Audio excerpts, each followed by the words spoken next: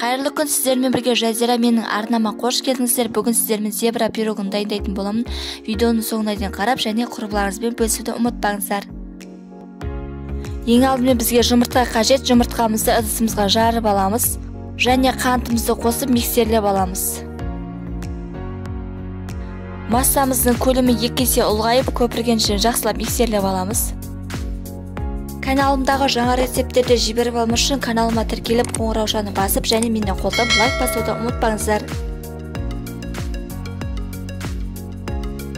Жұмсақ сары майымызды болмаса маргаринімізді қосамыз. Мендегі сары май қатты болғандықтан кішкене ертіп жібердім. Сары майдың температурасы өте маңызды. Міндетті түрде жылы болу қажет. Қатты салқын болмаса қатты ыстық болмау керек. Енді құрғақ қоспаларымызды біріктіретін боламыз. Електен өткізілген ұн мен ас содасын қосып, қасықтың көмегімен араластырамыз.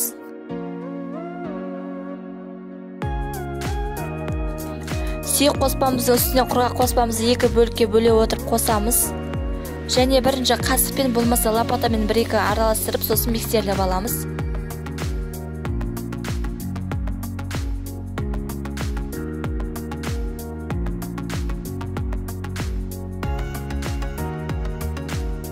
Сметананы қосатын боламыз, яғни қаймақты қосатын боламыз. Мендегі қаймақ дүкеннің қаймағы, майлылығы 20%. Енді екінші бөліктегі ұнымызды қосып миксерлеп аламыз.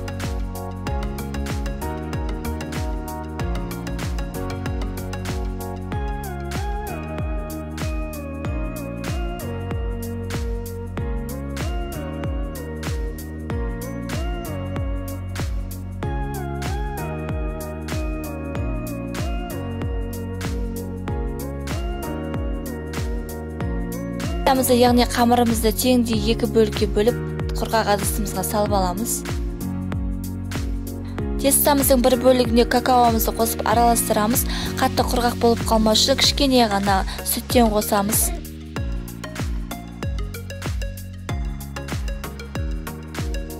Какаоға қосылған тестамызды біркелкі болып шығу үшін миксерлеп аламыз.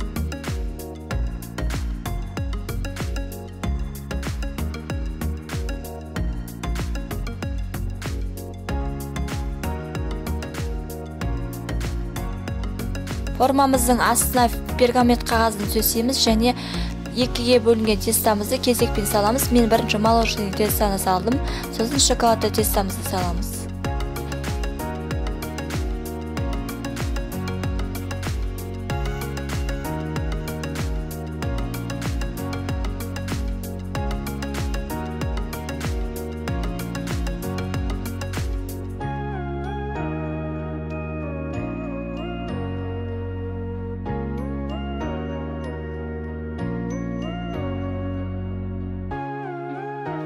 Арнайы палочканың көмегімен болмаса зубочистканың көмегімен тестамыздың бетіне ою салатын боламыз.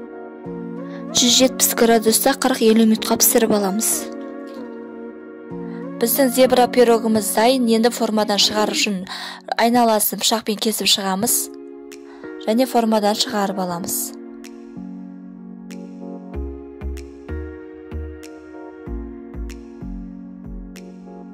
Менің видеом сіздерге ұнаған болса, каналыма тіркеліп лайк басып және мені қолдауларыңызды сұраймын. Менімен бірге болғандарыңызға рахмет. Сіздермен бірге Жазира.